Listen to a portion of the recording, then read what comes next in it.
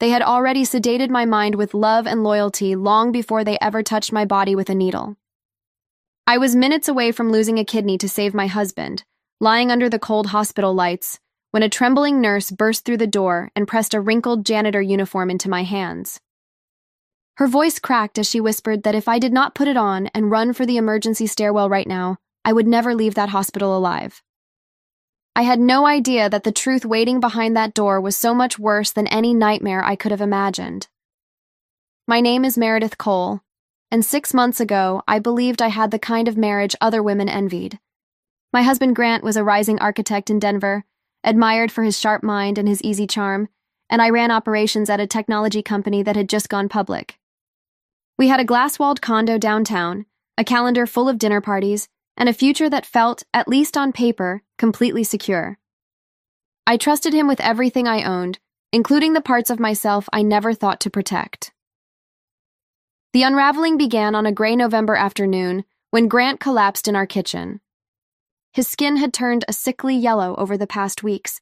He could barely keep food down, and he fainted twice before I finally dragged him to the hospital. The specialist, a composed man named Dr. Holloway who had known Grant and his family for years, delivered the verdict with a grim, practiced calm. Both of the kidneys of Grant were failing. Without a transplant within months, he would not survive the year. I remember the room tilting under me as the words landed.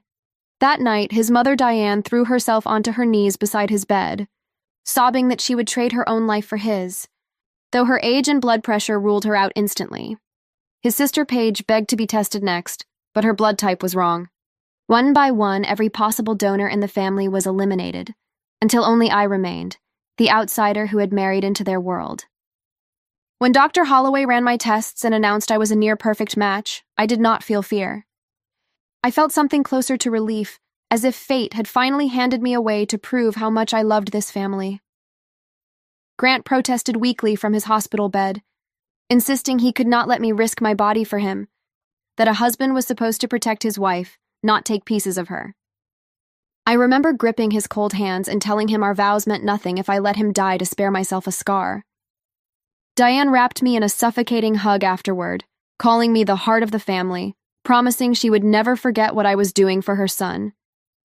I believed every word of it, and that belief became the leash they used to lead me toward the operating table. For the month leading up to the surgery, Diane practically moved into our condo to care for me. She refused to let me lift a finger, preparing organic broths and cold-pressed juices every morning, monitoring my sleep, forbidding me from going outside in case I caught something that might jeopardize the transplant. Even Paige, who had always treated me with a quiet, simmering jealousy, suddenly showered me with expensive gifts and constant attention. I told myself I was finally being welcomed into their family completely. I had no idea I was being fattened for something else entirely. The night of the surgery arrived wrapped in a violent Colorado storm, rain hammering the windows of the private hospital wing where I waited in a thin blue gown. Grant was wheeled in to see me before they took me back, his eyes shining with an odd, feverish brightness that I mistook for gratitude. Diane stroked my cheek and told me Dr. Holloway was practically family, that I had nothing to fear, that she had taken care of everything. Her hand felt like ice against my skin, and something in her eyes made the hair on my arms rise, though I could not name why. At exactly 11:15, the door to my room flew open without a knock. A nurse I recognized as Nadia, a woman whose son I had quietly helped pay medical bills for years earlier without ever telling her it was me, rushed inside and locked the door behind her. She was shaking so badly she could barely speak, and instead of a medication tray, she was carrying a folded gray janitor uniform, which she shoved into my arms with trembling hands. She leaned close to my ear and told me there was no kidney transplant waiting for me tonight, that I needed to change clothes, grab a cleaning cart, and get out through the emergency stairwell before it was too late. I stared at her, certain I had misheard, insisting my husband was dying and I had seen the test results myself. Nadia gripped my wrist hard enough to leave marks and told me the truth in 6 words that shattered my entire life. Grant was never sick, and tonight they were not taking my kidney, they were taking my heart. A dark web buyer had already paid $2 million for a matching heart to save his own dying daughter, and my husband owed a dangerous crime syndicate money he could not repay any other way. My body moved before my mind caught up. I tore off the hospital gown, pulled on the janitor uniform, tucked my hair under the cap, and slipped out into a corridor crawling with men who did not look like hospital security at all. I pushed a cleaning cart at a slow, exhausted pace, while heavily built men with cold eyes searched every room around me. A radio crackled nearby, and I heard someone say the package in the VIP suite was gone, and that the exits needed to be locked down immediately. I understood then that I had never been a patient. I had been merchandise. With the main exit sealed, I ducked into a biohazard disposal room and, with no other option left, climbed inside an empty waste bin and pulled the lid shut over myself. Minutes later, I heard the voice of Grant in the hallway, frantic and desperate, calling my name as though his heart were breaking.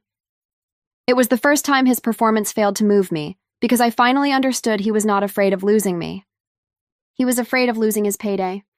The bin was wheeled onto a freight elevator and eventually dumped into a garbage truck, and I rode out of that hospital buried under medical waste, inches from men who searched the truck and nearly found me anyway. I spent the rest of that night walking through freezing rain with no phone, no wallet, and no plan, until I finally arrived at the door of my college roommate Jordan, a corporate attorney who had never trusted Grant and had told me so years before I was ready to hear it. She pulled me inside without a single question, washed the filth from my skin, and sat with me while my body shook uncontrollably. It was in the pocket of that stolen uniform that I found a scrap of paper with the phone number of Nadia written in blue ink, and it was that number that would unravel everything. When I finally called her from a burner phone, Nadia told me the full scope of what had been done to me. Grant was never sick. He had lost more than $1.5 million gambling on high-risk crypto trades and illegal underground poker games, and the men he owed had threatened to kill his entire family if he did not pay. Desperate, he had turned to the dark web, where a wealthy buyer was offering millions for a heart with my exact compatibility markers, secretly drawn from my blood during a routine physical the year before. Dr. Holloway, bought off with a cut of the payment, had forged every test result that convinced me my husband was dying. Nadia had planted a recorder in the office of the doctor weeks earlier, and on it she captured Diane telling him to make the procedure clean, calling my death my final duty to the family, since it would also clear Grant of every debt and hand him my life insurance besides. My mother-in-law, the woman who had fed me organic soup and called me the heart of the family, had been calculating the value of my actual heart the entire time. I sat frozen on the couch belonging to Jordan, understanding that every person I had trusted most had been quietly sharpening a knife behind my back for months. The grief that should have destroyed me hardened into something colder and far more useful. I had never told Grant about the offshore trust I had quietly built from my early stock options. Nearly $10 million he never knew existed, and I decided I would use every cent of it to make sure his family lost everything they valued before the truth ever reached a courtroom. I hired investigators to dig through their private lives and found a family rotting from the inside. A husband with a pregnant mistress waiting overseas, a mother buried in secret gambling debt, and a sister drowning in loans to fund a fake luxury lifestyle. Using a fake investment firm and a charming actor posing as a hedge fund manager, I lured the sister of Grant Page into pouring what remained of the money belonging to the family into a crypto coin that collapsed within days, wiping out both her savings and the retirement fund belonging to her mother, without me ever touching a cent of it myself. When the crime syndicate lost patience over the unpaid debt, they turned violently on Grant, and I watched through hacked security footage as the very man who planned to cut my heart out was beaten in an abandoned warehouse, feeling nothing but a strange, hollow calm.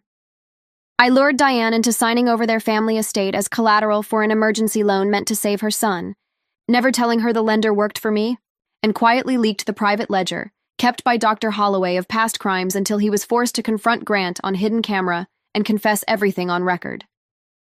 Cornered, starving for cash, and hunted from every direction, the family finally turned their cruelty on each other, exactly as I suspected they always would once I was no longer available to sacrifice. On the night everything collapsed, Grant tried to offer up his own mother and sister to the men he owed in order to save himself, and it was that final monstrous betrayal, caught on the hidden cameras I had planted, that I sent straight to federal investigators along with every piece of evidence Nadia and I had gathered. Armed agents stormed the estate at the exact moment the syndicate arrived to collect their debt in blood, and within minutes the house that once symbolized the pride of the family became a crime scene swarming with flashing lights. I arrived afterward in a black suit, calm and unshaken, and stood at the edge of the driveway as they were dragged out in handcuffs. Grant froze when he saw me alive, his face draining of all color, and he began to beg, calling my name, insisting he had been forced into it, still swearing he loved me even as the truth of his betrayal hung in the air between us. I told him simply that I had survived a biohazard bin and a freezing night on the streets to escape the family that raised him, and that they had destroyed themselves with their own greed. I had only ever handed them the rope. A year later, after a trial that dominated headlines across the country, Dr. Holloway was sentenced to life in prison for organ trafficking and conspiracy to commit murder. Grant received the same sentence for orchestrating an attempt on my life, and his mother and sister were sentenced to 15 and 20 years as accomplices.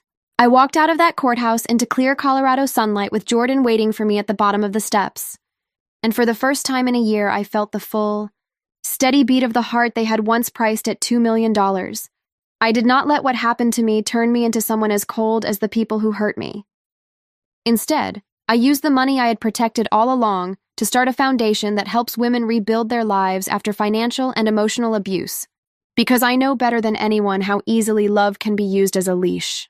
If this story moved you, hit subscribe and join the Revenge Tales for more true stories of betrayal, survival, and the moment the hunted finally becomes the hunter.